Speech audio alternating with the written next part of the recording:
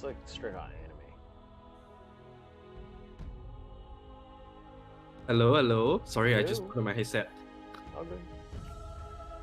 So game 3. Did I miss anything from you? I heard anime. I was just talking about some of the skins that they have. Okay. Bounty Hunter, I feel like it's very anime. Quite true.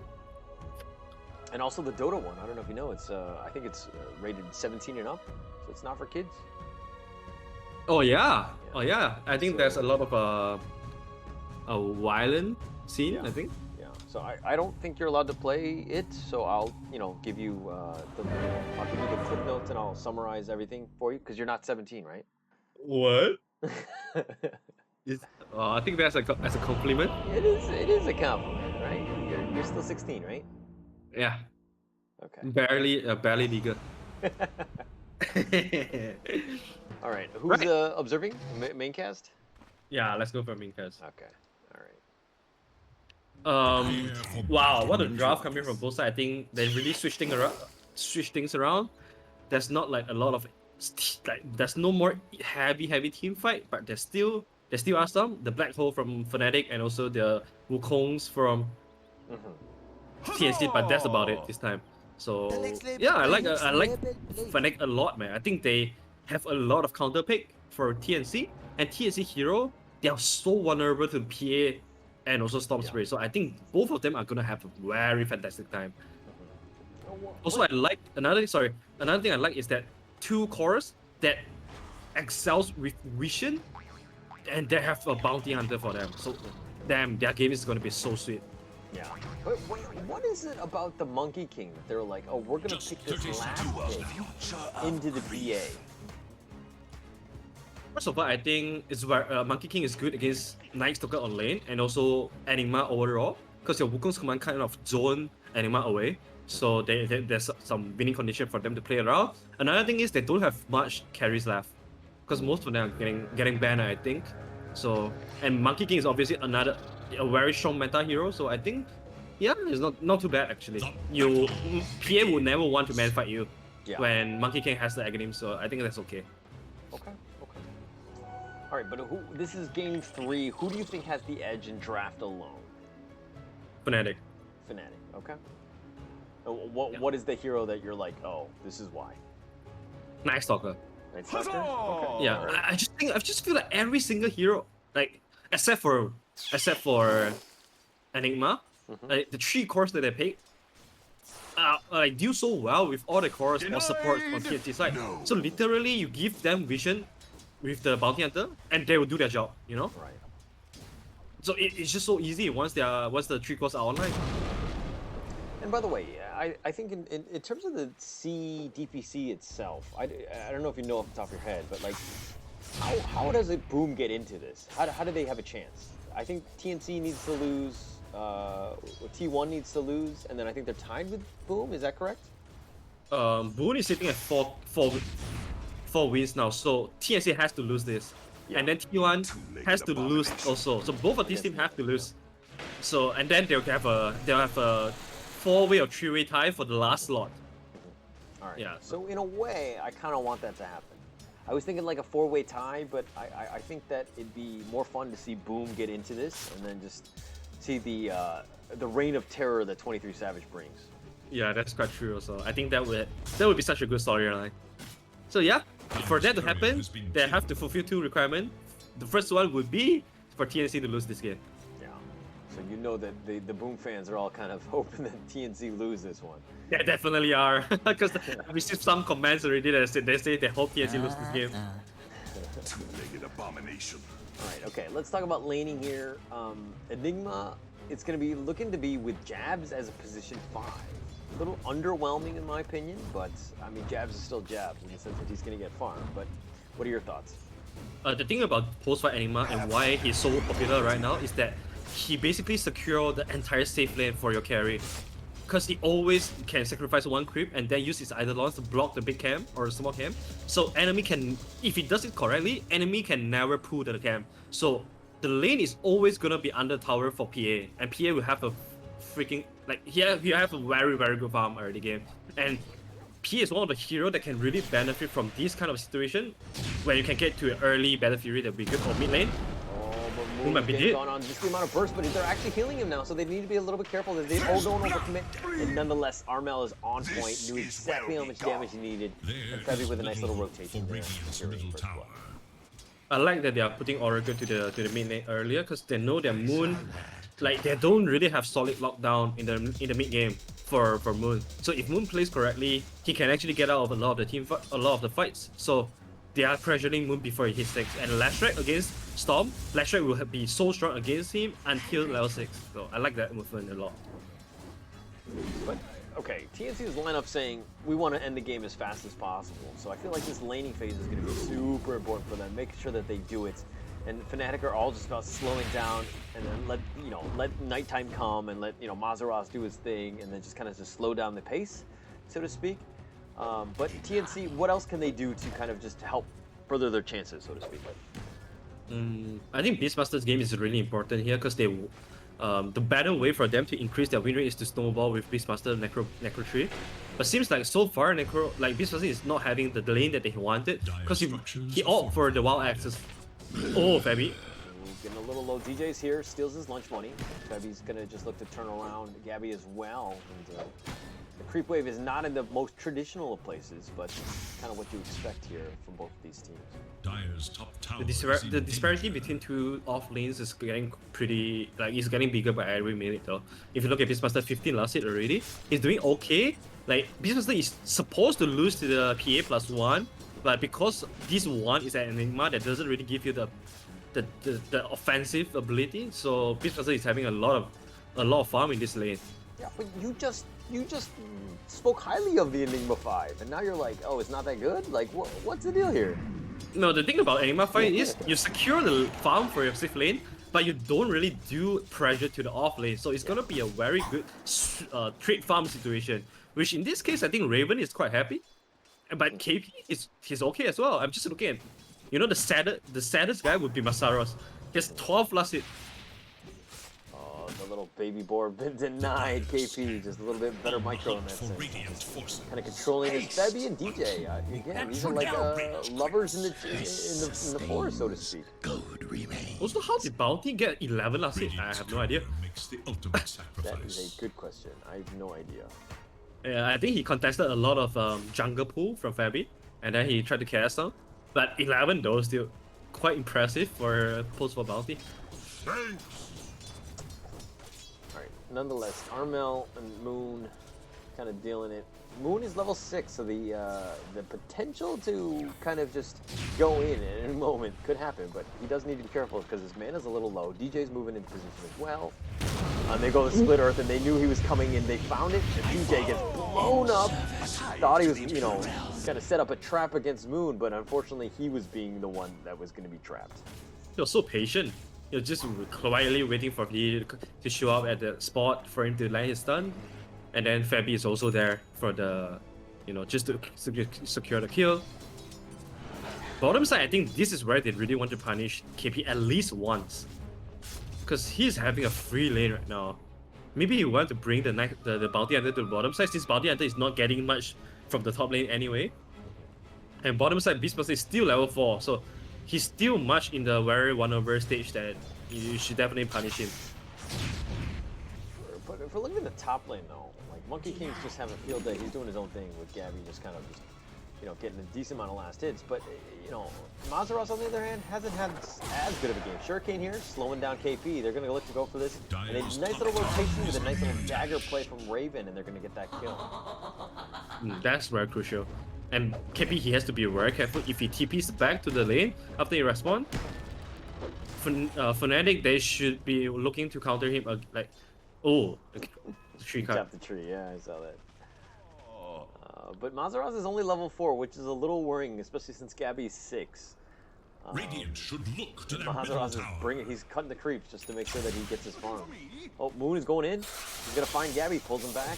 He got the little creeps in on it as well. Mazaros just kind of gets a little mini stun and a nice little. Okay, he zips forward. He's gonna go for this, and they're gonna try to go for them because he's trying to out-heal us, and no, not able to do it. Mazaros gets that kill, and they got him in the bottom with Raven, so core for core.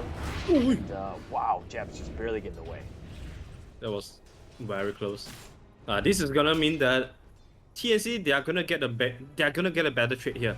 Of course, both carry die, but TNCs they are gonna lose their tower since KP is already getting the Necro 1 and Armel with the level 4 Double Leg, they are gonna take down this tower in no time. And meanwhile, top lane is still very healthy, which is I believe in 100% HP so far. So TNC they are gonna win bigger in terms of the map control. And this is the power of TNC's lineup, right? The Leshrac, the Beastmaster, both of these guys, both of these heroes just want to push as fast as possible. So just create or like take away as much space as possible from Fnatic. You know, make them suffer and have a difficult time farming, because even in the last game, TNC was not very aggressive and Jabs was able to just free farm in the jungle until he just got, you know, like a huge amount of items. Yeah, that's true. That's the biggest difference between the two drafts right now. And DJ is always just scouting out. He saw the two stacks, but no one can really come here and take, I think, without having the risk of dying. But yeah, I like TNC's draft a lot better this time. They have a lot more punishing power and also tower pushing. Oh, they've got him. They're wrapping around. They found Mazaroth, but no actual liftoff, and they have the Fortune's End, and they do have the Splitters. Okay, there we go. Armel's going to secure that kill. I thought he was going to get away. Regeneration. There's this ball lightning. They got the dust. Boar's going to be committed, and it goes right off the DJ, but he gets pulled back, and he's going to be left for dead. The Boar is doing some decent work on DJ. Fade Bolt as well, and he does go down, so they got something in the Boar MVP. Yeah, 3 versus 1 and you managed to bring down 1. That's not a back trade at all. Also, like, punishing Beastmaster is very important, but punishing Beastmaster at this location is not really rewarding for him because they don't get any objective at all. And also Monkey King is here now, so they are gonna be able to chase out Raven from this lane. They've been scouted out. It's only a Necro 1, and if we're looking at difference from the last game and the previous two, is that, I mean, Gabby would just farm in the lane, farm all throughout. He would get snacks and everything, but it looks like, seeing as that he's Monkey King, he needs to play a little bit more aggressively and just kind of be out there. But is that a concern as, you know, TNC? I think he's fine though, unless he dies here. Then he's not fine. He's left by himself. They've got 3 heroes here, and they're all just running right at him. Gabby's looking to just fight this one. He's looking to just go down. No real chance. He has to always be careful of the bounty hunter because, oh, top lane Fabi is gonna die. Oh, what a big solo kill from Masaros. He was suffering the whole time, and then he put all the frustration and anger on the poor Fabi. But yeah, talking about the Monkey King, I think normally you want to play at the enemy's safe lane once the tier 1 tower is dropped, but it's very hard to play against the bounty hunter because he can always show up from Invi to prevent you from tree dancing, and then, you know, the stops will come in, the Night Stalker will come in, so not an easy game for Monkey King at all. Yeah. And I felt like even if, you know, Gabby was going to get gone on by 3 heroes, you know, Armel probably should have been pushing middle and just taking the tower. Like, as a Leshrac, you just want to be pushing towers as quickly as possible. I think that's your biggest strength, especially early in this game.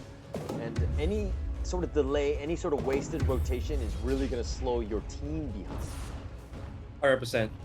The thing about Leshrac is that you want to push towers, but you want to push the towers that the enemy is less likely going to defend. Yeah. Like, for example, the bottom safe lane. So the next one should be the top lane, but because of how Monkey King would like to not join so many team fights, so it's gonna be 4, you know, versus potential 5. So TNC have to be really careful on their next movement.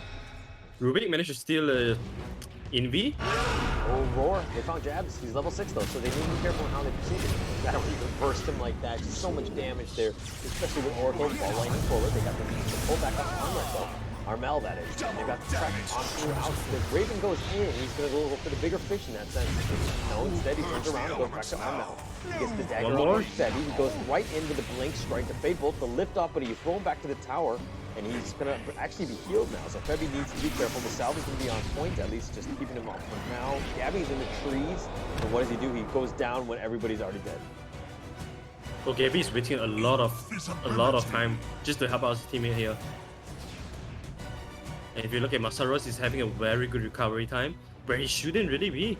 Like you pressure everything on the Night Stalker early game, but like with that one solo kill on Febby, it brought him back halfway, and because now Gabby was just using so much time to help his teammate, Masaros get a full lane all to himself for 2.5 minutes without the night time, where he's really not supposed to get all this space. Yeah, this is really worrying to me. I feel like TNC, like their lineup, and again, this is kind of why I don't like the Monkey King, right? In the sense that like you have this lineup of Beast and Leshrac who should be pushing towers, you should be 5-manning it, just moving forward, and then you're kind of like everybody's split across the map right now. Everybody's kind of doing their own thing. Nobody's really sticking together, not taking advantage of the fact that they're better early to mid game, and so if you're going to give Fnatic all this space by not forcing towers and just pushing, consistently and like with your team, you're gonna allow heroes like Mazaros to get back in the game. Raven's gonna love it, just being given all the space. 13 minute Battle Fury. That's Players should look to their top Yeah, tower. like 2 minutes before, PA was 200 gold ahead of Monkey King, and then all of a sudden he's 1.3k gold ahead of him. That's because Monkey King hasn't been, just putting his head down to farming, because he's like, it's hard to balance between fighting and farming, especially when your team is the one that's supposed to be greedy, or to be aggressive. Sorry, to be aggressive. So it puts a lot of pressure onto Gabby to be like, all right, should I helping my team here or should I not? Yeah. Oh, and it's on Moon though. He's gonna ball laning away. He should be fine. Doesn't need to be careful. He brought the Fortune's End with him. Jeb's got connected on that one as well, but Dire's courier I mean, has all been killed. okay. This is the time that TNC have kind of grouped up, and then now it looks like they're going to be forcing towers, which they should have been doing a while ago. KP is level 7? Radiant's middle Who tower is- has fallen. KP? On the resource is level 7? Oh my god. Yeah. A lot Like- of moving around. Yeah, too much moving around and not achieving anything. And Masaros, like, Top tower for is under the attack. past 10 minutes or maybe 8 to 7 minutes, he's just been sitting in top lane. He's just waiting for TNC to make move, and then he must be like, hey guys, I'm getting so much farm here, like, why am I getting so much farm? Yeah. Yeah. No, this is perfect to him. Like, he doesn't need to force it. I mean, yeah, he lost the T1 mid. He didn't really need to go into this, but during the day, this is what you want to be doing as Night Stalker or Bruce Wayne, in the sense of just making sure that your finances are on board. You've done, you've gone through the accounting and the books, and then like once night happens, that's when you want to be really fighting. Dire should look to their top The tower. biggest luxury for Night Stalker is really to be able to farm during daytime. And for Masaros, he was able to farm the entire daytime, so that's like a treat to him. And Raven, of course, you mentioned that he's gonna be the happy one, and yes, he's gonna be Fury. He's making tours to BKB already, so that's gonna be very good. They'll have a very early BKB timing on the 2 cores. I wonder if Storm Priest is also going for that. Oh, Mazaros walks into this. The Yules is on point. The splitter, then Mazaros takes that one. And Raven's like, okay, top lane, not as safe. Okay, Kakunka. Oh, the midnight pulse almost got Gabby down. Oh, that was so close. He's pump faking Wukong's command, but I don't think he's gonna commit. And Gabby's spending a lot of time in the trees, not really getting any farm, which is very worrying to me. Yes, that's the hard balance that most of the carry is tough.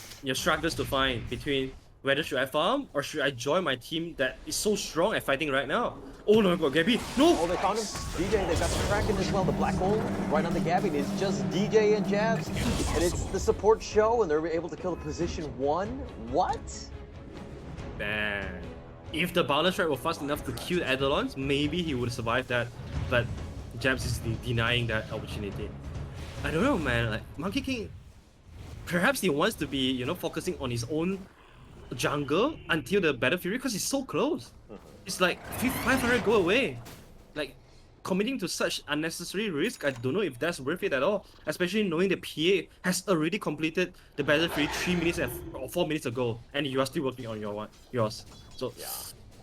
Like he's wasting too much time rotating and just moving around. He's trying to play a different style, and this is where, you know what I mean? Like I'm very worried when I see carries that have like a specific style. Like he's the morphling, make plays, action, go, right? And he tends to get the farm. He seems to be very systematic with how he does things. But when he's forced to play a hero with like Monkey King, which yes can be aggressive and everything, but the play style is completely different. You need to adjust your game, and it makes it very difficult. This is like in basketball, you're the center, and now you have to play point guard. You know what I mean? It's not the easiest of things to do, and not many people can play all 5 positions, so to speak. Yeah, unless you are Giannis Antetokounmpo, otherwise don't really attempt that, or LeBron James, you know. Yeah. Oh, and Gaby, he finally is struggling a lot right now. So right now he's like, alright guys, I don't want to fight at all. I just want to get to my Fury. So entire TNC, they kind of get limited right now because it's a hard retreat, right? It's a hard setback. Here comes the TP, and the Roar's been committed all on the jab split earth, and he's gonna go down. But he's level 10, the same level as KP. Here comes Mazaroth, and here he goes. Dark Ascension is gonna be on point with silence. Self-heals just to keep himself alive. Mazaroth is taking a lot of damage from those boars. He does need to be a little bit careful. It looks like they do get him. The split earth does connect onto Raven though, and the TP and away. Oh, he gets the stun, and KP is looking to go down as well. The Necro 3s, all they can do is go for revenge, and Tim's has actually got the DE, but I don't think he can do much.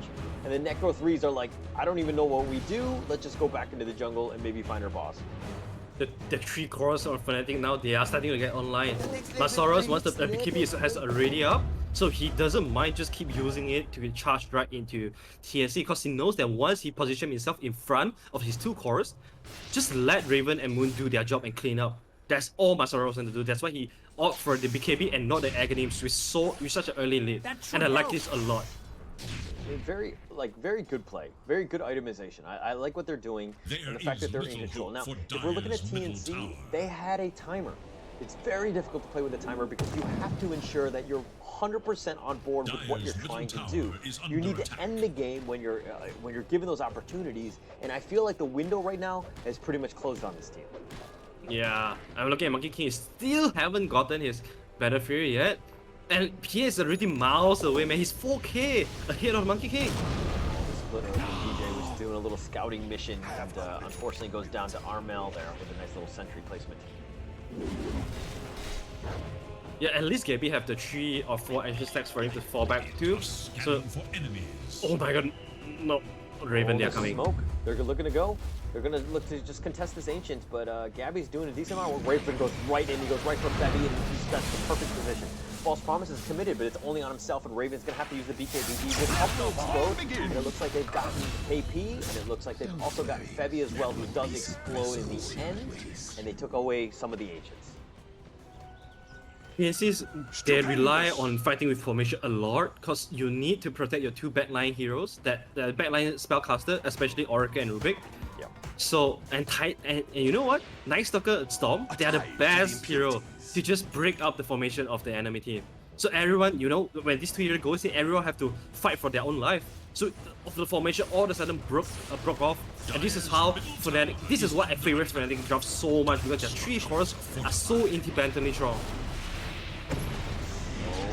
Dark Ascension, they're gonna go. Mazaroth is on the hunt. They found Armel though, and they've got the blink. They go ball lightning forward, and the black hole is gonna be committed right onto Armel, and they really wanted it. The roar is gonna be used, but it doesn't actually stop it, and they turn around, and Mazaroth is right on point. Raven destroys KP, and they're gonna go for more. Tim's, Febby, both on the run. Not really much of a chance. Ball lightning from downtown. They do go in. You make sure that he gets the kill steal, because that's what Moon does. You get the pullback on Tim's, and he goes down as well. And Gabby's the only one left alive, and I don't even think, and through all of this, oh no, he does have the Battle Fury. Dire's middle tower is under attack. Now TNC is getting a taste of, you know, how they bully the team with their Morphling Shaker or Morphling Vara. You know, just run you down, and you have nothing to do but to accept your fate to die. This is very similar to that feeling. They still have their ways to come back though. You know, Monkey King, once the BKB is up, Wukong's command can still be strong. Especially Fnatic's, you know, their heroes are all running in your face type, and that's the best. You know, that's the kind of Dota that Monkey King want to play. He want people to run into him and then fight into his Wukong or his Aghanims, monkeys. So that timing is still available. Just that it's not gonna be easy to hit. Like if we're looking at Gabby right now, I mean, does he even know he has Wukong's command? Because I don't think I've seen it this entire game. He just didn't have the chance to use the man. I saw him pump faking Wukong's command a lot of time though. Yeah, but joking. yeah, of course. But yeah, his like all the hesitation is really backfiring right now. rough time. Dire's courier has been killed. And even with you know, Armel, Leshrac, like this hero falls off. Like once heroes get BKB, which I mean they pretty much already do, like with like Raven, Mazeroth, like his damage is mostly mitigated, and he's gonna have a hard time doing anything in the team fight. So it's gonna be pretty much 100% on Gabby, who's still not farmed yet. Yeah, Gabby just got cut down by the tree. And yeah, like this should be the best move that TNC can make now, just to 5 men together. Oh, right. Oh my god. Oh my gosh, he just blink strikes right on top of KP, no real chance. BKB has been committed. Boone goes in for the ball lightning, he's got the little silence, he's got Orchid as well. Armel gets out of there, he TP's on out, Tim's gonna be left for dead. He steals the ball lightning. Oh, can he TP away? Oh, they do end up getting Febby, but Tim's does get away, and they're gonna get something out of this. False Promise has been committed, and if anything, he does like 2 damage with like his 1 right click before he dies. Yeah, Storm Moon is a little bit greedy there, but it's reasonable too. He was creating enough vision for his team to get the second track goal on Oracle, so that they can get 2 kills. But very good play coming out from Rubick. Did not panic there, stole the ball landing and got out. But still, PA very close to the Abyssal Blade. When the Abyssal Blade is out, he cannot join his team and then maybe just, you know, move on his own to get some solo kills on the back line with the Abyssal Blade plus the Blur. So that's gonna bring a lot of threat in for TNC to deal with. Like, Raven has just been able to farm like crazy. Let's be honest, it's only like 24 minutes and he's already got like Vanguard. I mean, he's almost got Abyssal like at 24 minutes, and his net worth is the tops of the game. He's 8-1-4 at 24 minutes. You're kind of having a good game. This is way more than a good game, man, I feel. Like, first of all, he has uncontested farm, and all the kills that he gets get amplified by the bonus frag goal. So, if there's one game that PA can carry, this is the kind of game that he can just solo carry. Not to mention, he has 2 very strong cores as his backups as well. Ooh. Like, unless Fnatic makes some terrible big mistake in the next few minutes, otherwise I think they should be able to control the map pretty easily and get to the Roshan quite quickly. That should be the goal for Fnatic right now. TNC, on the other hand, I think that they've kind of lost that window of 5-man deathballing, pushing towers. I think they need to start looking at maybe split pushing, trying to take what space is provided or what is given to them. But as I say, this Fnatic right here, they're going to look to just start Roche. Dagger on Masaro, so Oracle and Rubick, there's no false stuff just yet. Oh, Twitter for the BKB's right on point. Armel is not quick enough, or the timing is just going to be impossible for Moon. He's just fast fingers. KP goes down. Febby's going to be next on this list to fall in forward. They end up killing a Moon with no mana though. That's need to be a little careful. And here we go. Mazeroth, Wukong's command is not going to be used, but Gabby gets destroyed. Wukong's command was barely used. The stolen black hole. They found Mazeroth and Raven, but both of them have BKB. His Yule's up on Raven right now. They're trying to go, but Blink strike forward. He goes right for Armel. The roar's going to be on point for Raven. He looks like to go down. He does go down. Mazeroth is still alive. Tim, though, and Moon comes in, gets that kill. Triple kill for Armel. Triple kill from Mazeroth. They're trading blows, and it's with a buyback from Moon, though. Mazeroth continue to go forward. They do have track on KP if they want to continue this, and I think that they're going to just kind of hold their horses, so to speak. The long range zip coming up from Moon. That dealt so crazily high damage, man. That actually brought most of them down, and Masaros was able to clean up. So Masaros turned out to be the biggest winner there, but crucial buyback coming out from the 2 supports of TNC. Also, Rubick managed to found the black hole and got it to the 2 BKB targets. That bought a bit of time for KP to come back from buyback and then to get a draw on the PA. And once PA doesn't have this BKB anymore, he actually, you know, just got from 100 to 0 so quickly by the draw plus everything from Leshrac. So it proved that there's still some way to kill the BKB targets. You know, like buyback is the way to go maybe for TNC. Yeah, but I mean, but you've already used your buyback. You definitely have a little bit of time in terms of when you can next use it. So that is a little worrying. I mean, like 6.5 more minutes for both of those guys. So I mean, the next team fight is definitely going to happen before that time. So they're not going to have that, and there's going to be a period of vulnerability, which they need to kind of worry about. And, as I say that, it looks like they're scouting or making their way around Roshan, probably just to kind of secure it for the next attempt. Yeah, they should do this with discipline right now. Like the last time around, Moon got caught at the mid lane. They wanted to fight with the BKB, but they paid big time because Moon had to buy back for that, even though he got some kills. But still, committing a buyback at such an early time may not be the best. And also Raven fought in the duration as well. So Roshan just take it, just secure it. And meanwhile, TNC, they don't want to fight until Monkey King has the BKB. So I think right now TNC will just dodge all the fight until the cooldown timers are up again. And I feel like that was a bit of a mistake. I felt like they were strong enough to take Roshan before that last team fight. 100%. And Raven, once he's got Aegis, I mean, it's going to be pretty much just GG at that point because nobody wants to deal with Raven. Yeah, 100%. I think that's the kind of, you know, unnecessary team fight. But TNC, Fnatic, they felt strong enough to take it, and they paid for it. Still, have to respect the power of the buybacks. And this is how, you know, this is a lot of time how OG turned game in Tier 8, Tier 9, is to use the buyback well. It definitely proves that, you know, buyback can definitely turn games around. Zip! I'm getting a second wind. It's very important. It's a huge strategic element. Let the fun begin. You definitely need to be curious. You need to know, like, exactly when the cooldowns are available and everything, and just assume everybody has buyback. And if they go buyback, you need to retreat. Oh, Wukong's command, what? What was that? Tower is under attack. Alright, I think he heard the ball landing zip sound, and he thought that the zip is coming for the Beastmaster. So he preemptively used the Wukong's command, waiting for Storm to zip in. Alright, I don't normally say this, but Gabby's play right now is kind of like how I play. Spots Wukong's command. Like, this is the time where, like, my teammates would pause the game, and they would, like, ping me to death at this point. Yeah, that was a little bit sus, but I can see why he chose to do that. But it's okay, you know, I don't think Fnatic saw that.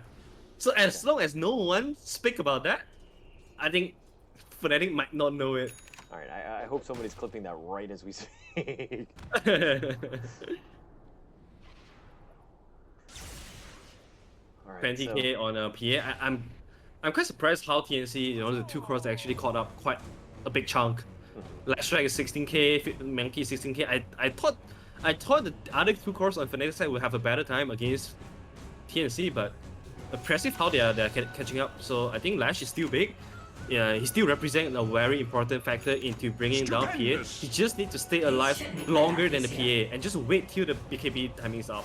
BKB duration is out. Then I think PA might have to run away from the Lash. I mean, easier said than done. I mean, the fact that he's a 7-second charge and Raven has Aegis, this is definitely not a good window to be in. Especially, again, you know, we talked about buybacks as well. Those might be off cooldown at this point, but this right now, they're, you know, Fnatic are in the driver's seat, and I feel like, you know, TNC need to react. They need to do something to kind of get themselves back in the game. Structures are fortified. High ground defense seems like the way to go. Because TNC, they really don't want to take any lower ground fight for now. If they take any fight outside of the tier 2 tower and they lose, that's gonna just means that, you know, they are gonna lose their 2 racks or maybe 1 rack. So TNC, they're trying to just dodge all the fight now. Yeah, they're roaming around. You're gonna run your Raven? And it goes right in the official, right into KP. The false promise is going to be used on him. The roar is going to be used on Raven in return, but it looks like Febi's going to be left for dead. KP is going to look to just TP away. He does get out. So Febi sacrificed himself for... Tower has fallen. Oh, that's actually not too bad for TNC. That was a very, very risky play. But they managed to get Oracle and not the others. So that was very big for them. That's a 5-man rotation for TNC, for Fnatic, plus the next look at ulti too. So that doesn't mean too much to TNC, but it bought them some time for their cores to have the key items up. Yeah. All they need right now is time. Well, and a prayer.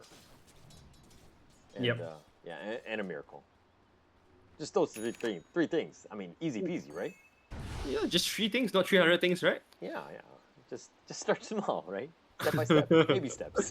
Baby steps, baby steps. Oh, the ball lightning, they found KP, they knew he was nearby, and there he's got nowhere to go. He's been orchided as well. Silence, no chance. Gets blown up and Moon is starting to style on him. The game plans are just so good, man. Oh no, Oracle! Oh, the dagger. Is that him? Raven is does need to be careful. I mean, Raven thinks he's strong because he knows that False Promise is on cooldown, but Raven is gonna just stick to the towers, that is. But he doesn't know that the rest of TNC are nearby. Oh, they found him. They cut the tree. They found Gabby. They killed him. I knew this was coming, man. I knew this was coming. Gabby, buddy. Regeneration. No buyback? Bottom tower is under No attack. buyback. Radiant structures are And I'm wondering, fortified. Gabby, without Morphling, you're kind of looking like, you know, Bruce Wayne to Batman at this point, right? Like, there's a little bit of night and day in terms of the play here. Dire's bottom tower is under attack. This is something that he has to, he has to always take into consideration. Will the Beastmaster randomly throw access to cut my tree? Will Enigma randomly throw... Like, all these things is something that you need to think of as a Monkey King. Because you just have to make one mistake, and that will snowball into a very big loss for a team. In this case, that he died without buyback, and then lost the ranks. The next time he died one time like that again, they're not gonna lose the game. Dire's middle tower I is mean, under no attack. more room for error at this point. I think that you have to play perfectly here. They do need to be careful, but you know, Fnatic doing a good job of sieging, making sure that they're zoned properly. Moon is up front, and he goes right in. He goes right into Armel. Starting it off, Mazaros blinks it forward. He goes right for Tim's, and he's gonna look to destroy him. That he's next on the list. He's been silenced. Moon goes in for him. Ball line is on point. The buyback coming in from Tim's. He's back into the fight. The ward's gonna be used. They bomb Moon, but do they have the damage? Here's the Faithful. Here's the Wukong's command. They got the balance strike, and they do end up killing him, but that's just Aegis. Raven walks out of the Wukong's command. Mazaros is gonna head around on the sides as well. And it looks like some buybacks are coming. Febi's back in the action. Tim's goes down, and that's going to be it. And they were almost thinking about fountain diving. The Necros are just running back in the fountain because they have nothing else to do. Raven, on the other hand, goes back for the Raxes. Dire's middle barracks are under attack. Fnatic, they are so much in control in the team fights. As you can see, Masaros, once he jump and drop everything on one of the supports, they're just dead. There's no way to get out of the nullifier plus the creeping of fear for Masaros. And Fnatic, at TNC, they know it. It's GG. Oh, they knew they had no chance. I mean, here we go. The black hole, the victory black hole at this point. But GG, 34 minutes. Fnatic complete control of this game. To be honest, I feel like this is just all the draft. 100%, man. Like what Thompson mentioned in one of his interview in the EU DPC, he says that in this current meta, if you lose the draft, it's very unlikely that you can win the game because draft is just so important in this current meta. It almost represent everything. Don't you think, like, normally I would be like, okay, draft, if you have a great draft, it's like a 60-40 like win rate, right? But I think that, like, lately, I think that you're right in the sense that it's closer to 65-70. I feel like there's a bigger advantage going into the game. 100%, man. I feel like that's because every team they're improving so much that every team is executing and strategizing so well to make sure that they follow the game plan. Because last time it used to be everyone are just like mosquito without heads, they're just running everywhere. But right now, we are so much improved that we know how to make use of our draft. That's why drafting is so important right now. And when you have the right counterplay and you executed it right, it really maximizes the potential of your draft to a very much higher degree. So I agree with you. It's more like a 60-70 now. Yeah, and I think like TNC, we talked about how good some of their drafts were with the Morphling and everything, but like outside of that, this is a very suspect one. I didn't see the synergy. I didn't really understand how they were trying to do things. And even the playstyle of the players themselves were just completely like not in sync with one another. They were all over the place, and then you can see exactly how much they faltered and how much they struggled dealing with a very synergistic lineup of Fnatic.